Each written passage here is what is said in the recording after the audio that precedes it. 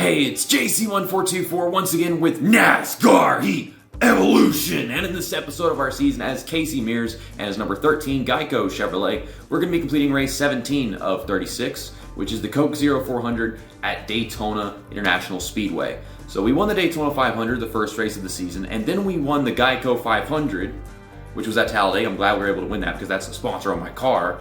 But those were the first two super speed races, and this is the next one in line. It's shorter than the other two by 100 miles, so that's making it more difficult to pass all those cars. But I just want it to be a long green flag run with green flag pit stops, and the game to give me all it's got, and we'll see what we can get out of this race instead of the game just handing shit to me like they have the past couple of super speedway races. Last episode, we raced at Sonoma, the Toyota Save Mark 350, finished in 6th. I was battling with Ryan Blaney for the win, going through the S's on the last lap, but then the grass in the S's knocked me sideways and just ruined it all. The damn grasses in these first few NASCAR Heat games was just terrible. But still, we got a good finish, and we gained points on Jimmy Johnson. We're now 27 behind him, and I think we're 17 points in front of Jamie McMurray. I don't know why he's up here. I've said this so many times. He's just in third. He's having an amazing 2013 season. And then there's Kevin Harvick. He was one of those guys that was up front at the final restart at Sonoma, and he's been having a really good season. And those are the only drivers I'm really focused on right now, are those three. What are you doing, car? Car, what is that? You know, if a car is doing that whenever you're running idle, that is a serious problem. I feel like the body would just come right off the chassis if I were to go airborne looking at that. I am a bit concerned about if it's really dark. During the transitions, it's like the TV seems to be lighting my face more than that light up there. You know, there's light on the ceiling. I always thought it was really just the lights on the ceiling that were giving me good lighting, but no, the TV plays a big factor in this, and whenever there's no light on the screen, you can't even see my face anymore. Watch this. I mean, if you saw that, you know what I'm talking about. But, here we go. Green flag is out, and we're underway for 20 laps, I guess, at Daytona, something like that. Yeah, 21 laps, and we've got past... I've got past 38 cars. I was going to say 39, but Brian Scott behind me, he doesn't feel like racing today. He done lost the draft. Or maybe he has. I think he's trying to hold on to me. Danica Patrick all the way back here.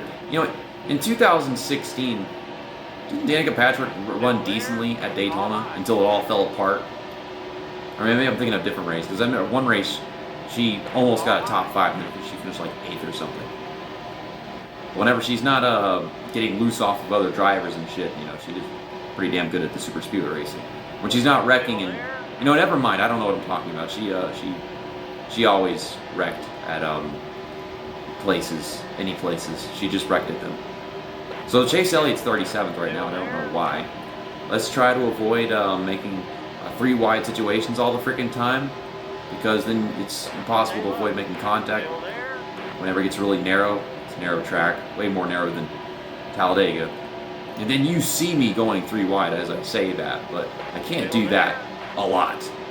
Because once you get pinned to somebody, you bounce off the apron, then you start spinning and wrecking, and here we go again, more 3 wide because we're getting such big runs. That's what I'm talking about. Tyler Reddick's crushing me. Okay, but he's got room up top, so we're good. I mean, we're up to 32nd after the first couple of laps. This is all nice. Frame rate looks like it's dropping. Well, there's nothing going on in front of me, and there's hardly any cars behind me, so I can't do that. I don't know why the frame rate's just dropping. At least it's not as bad as the Xbox One NASCAR Heat games. You know, they're basically the same game, Xbox One and PlayStation 4, but for some reason, on the Xbox One, there's massive frame drops. I didn't experience that shit whenever I was playing any of these games on the PlayStation 4. If anything, it was just because of, like, you know, a caution or a wreck or whatever. Or maybe you have the mirror on versus not having it on. But on the Xbox One, I've seen with all the What If Racing career mode Let's Plays and championship mode Let's Plays, whatever he does on that console, and those NASCAR Heat games, they just don't like the Xbox One. So it's a good thing the Core League was taking place on PS4. I am trying to avoid hitting Matt DiBenedetto. These damn 3 wide situations. I feel like I'm kind of doing it subliminally. Like, I'm not trying to. I'm getting so much better runs. So bias this game to the player for the super speedway racing, and it always is. They always make sure the player gets some advantage so he can challenge to pass cars. But they're just making me pass cars. They're just throwing cars my way and saying, hey, pass them. And I'm like, well, I don't want to do it if it's 3 wide, but eventually I'm not paying attention anymore. I'm just going. We're at the 24th. We're slowly coming to the field. You got to worry about trying to grab stage points and shit and just losing ground because super speedway races versus the NASCAR Heat 2, NASCAR Heat 3, NASCAR Heat 4, and so on. You get in those damn games, and you have to start last because the qualifying won't work, or you get a custom setup in there that allows you to really get a good qualifying and start up front. But if you start at the back, you don't get stage points, and if you're in a championship mode, you just wind up losing ground in the total race. That's 20 points that you don't have access to. I mean, I'm usually able to get points in the second stage whenever I do the stage racing stuff in those games, because by then I'm probably up there because of pit strategy or just having time to get up there in general. Things are lining up. We're doing the freight training. It's kind of sloppy, zigzagging and stuff, but they're doing that. For a bit, Jimmy Johnson was hung out to dry, but now they're all getting in line. I was telling you, it's biased to the player. They do this in almost every game. They could be freight training, and all you gotta do is pull out from behind somebody, and you get a massive run, and you make it happen. You really don't have to be good or anything. You don't have to do it perfectly. You don't have to be patient, wait till the end of the race to start doing stupid crap like the real drivers do.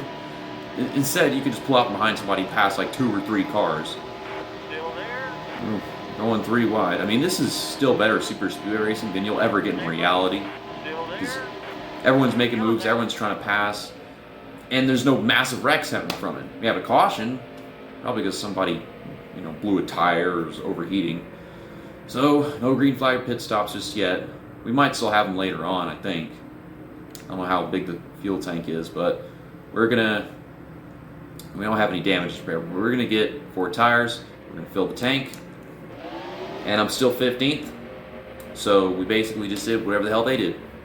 That's kind of what I want to do. I want to gain my positions by passing the cars while racing. I want to just have the game say, hey, you have all these positions.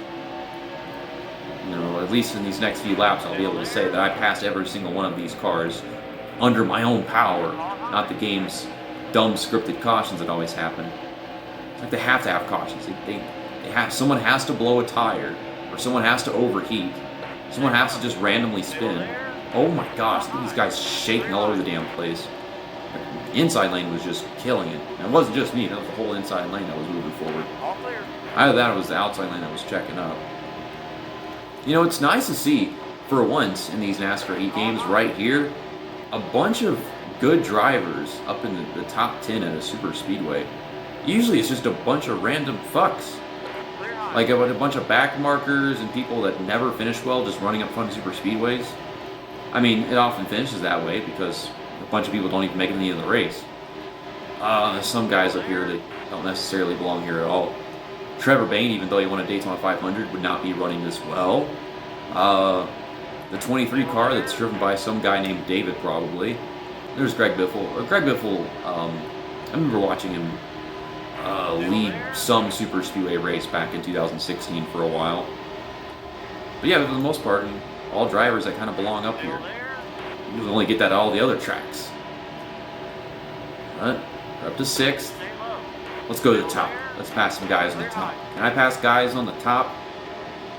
We're just going to have to sit behind Kevin Harvick and keep on checking up until we push forward. Lay off. And stay off the 23 as well. I want to see if this actually goes somewhere. Can the outside line pass?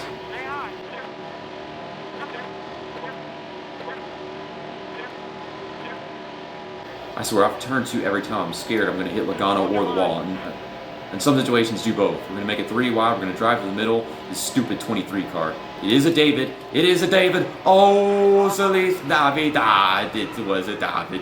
And we're flying and flipping and bouncing, and I have to. Oh, what the? It's just a CARgasm. Look at Ricky Stenhouse Jr.'s on his roof, and he boing, dump.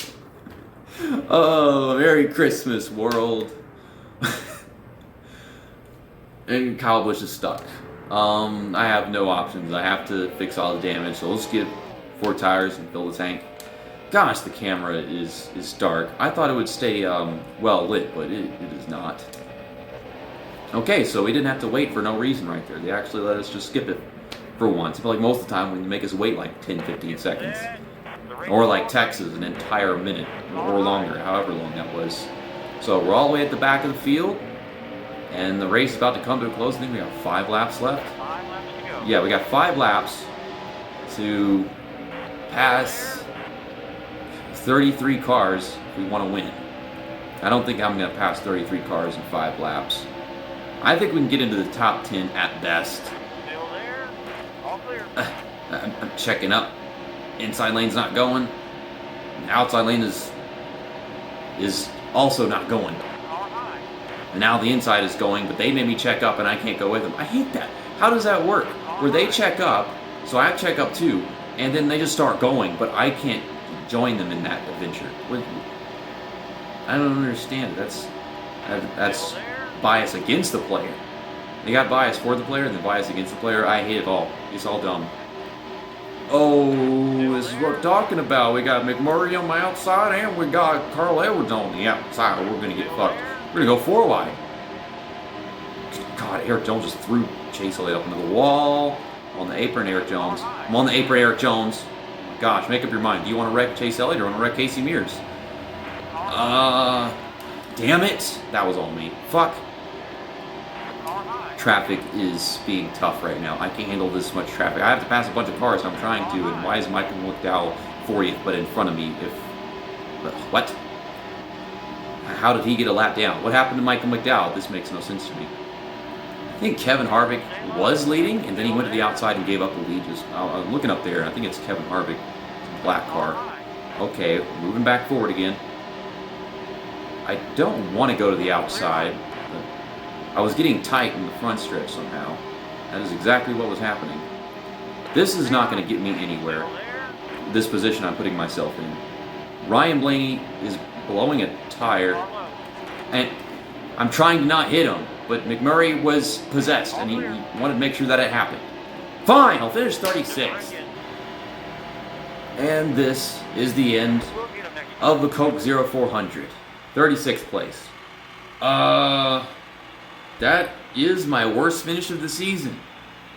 I could have easily gotten a top 10, top 5, won the race, but you get knocked around so damn easily at this track in this game. You either do or you don't. Kevin Harvick, he did win the race. I saw him up front on the outside. I thought he was just kind of giving it away.